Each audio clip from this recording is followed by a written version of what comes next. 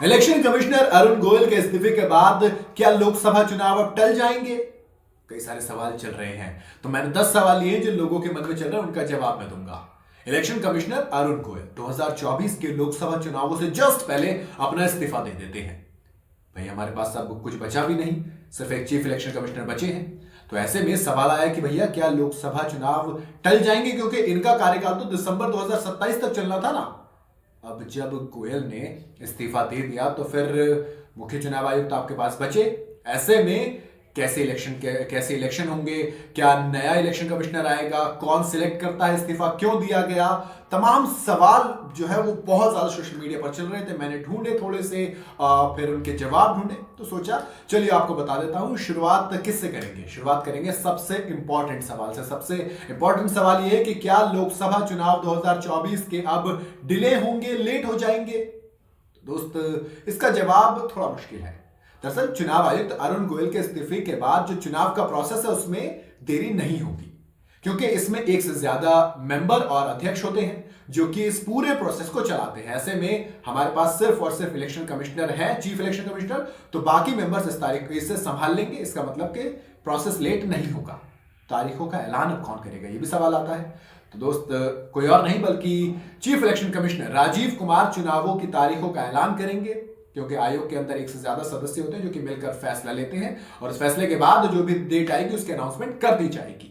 सवाल तो यह भी आता है कि आखिर ये इस्तीफा मंजूर किसने किया? तो आपको बता देता हूं कि मंजूर उसने किया जो कि इलेक्ट करता है, यानी कि अरुण गोयल का इस्तीफा राष्ट्रपति द्रौपदी मुर्मू ने 9 मार्च को एक्सेप्ट कर लिया। सवाल आता है वजह क्या थी, उन्होंने इस्तीफा दिया क्यों? दिसंबर 2027 तक चलना था।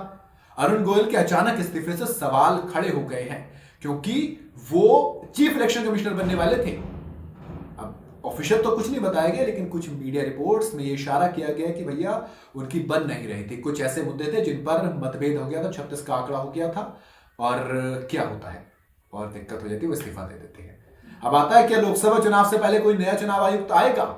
देखो, एक अधिकारी ने ऑफ द रिकॉर्ड कहा है कि सरकार बाकी चुनाव आयुक्तों की जो नियुक्ति के प्रोसेस है वो शुरू करेगी, यानी कि लोकसभा चुनाव से पहले हो सकता है कि आपको एक नया इलेक्शन कमिश्नर मिल जाए। सवाल यह आता है, इलेक्शन कमिश्नर होते कौन है भाई, कहां से आते हैं ये लोग? दरअसल भारत के निर्वाचन आयोग में मुख्य चुनाव आयुक्त के साथ साथ 2 और भी सदस्य होते हैं। एक तो मुख्य हो गए, बाकी 2 इनके सपोर्ट हो गए। चुनाव आयुक्त अनूप चंद्र पांडे पहले से इस साल फरवरी में रिटायर हो गए थे। इसके बाद अरुण गोयल बचे थे, इन दोनों ने इस्तीफा, एक रिटायर हो गए, एक ने इस्तीफा दे दिया। मानिए अब सिर्फ हमारे पास मुख्य चुनाव आयुक्त राजीव कुमार बचे हैं। अब आता है कि जो अरुण गोयल इस्तीफा देगा ये कौन थे? चलिए बताता हूं। अरुण गोयल पंजाब कैडर के 1985 बैच के आईएएस अफसर हैं। उन्होंने 2022 में सिविल सर्विसेज से रिटायरमेंट ले लिया था। इसके एक दिन बाद, महज एक दिन बाद ही उन्हें चुनाव आयुक्त बना दिया गया था। वो अगले साल मुख्य चुनाव आयुक्त बनने वाले थे, यानी कि चीफ इलेक्शन कमिश्नर। सवाल आता है कि अगर उन्होंने इस्तीफा दे दिया तो विपक्ष क्या कह रहा है?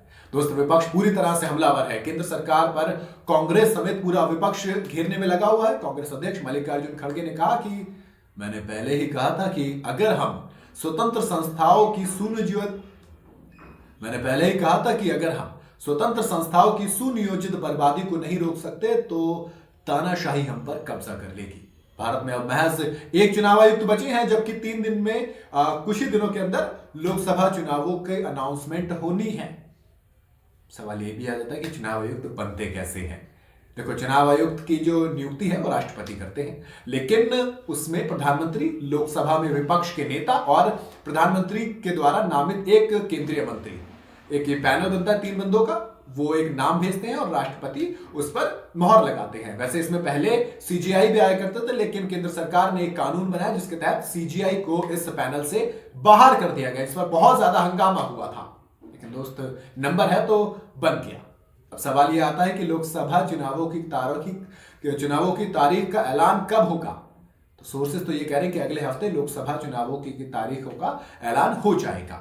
चुनाव आयोग के chief election commissioner Jammu Kashmir का दौरा करेंगे और माना यह जा रहा है कि वहां के हालातों का जायजा लेंगे कि वहां पे हालात कितने सही हैं चुनाव कराने के लिए, और जैसे ही वो उन्हें सुकून मिलेगा, राहत मिलेगी, उन्हें एश्योरेंस मिलेगी कि भाई हम करवा सकते हैं, तभी अनाउंसमेंट कर दी जाएगी।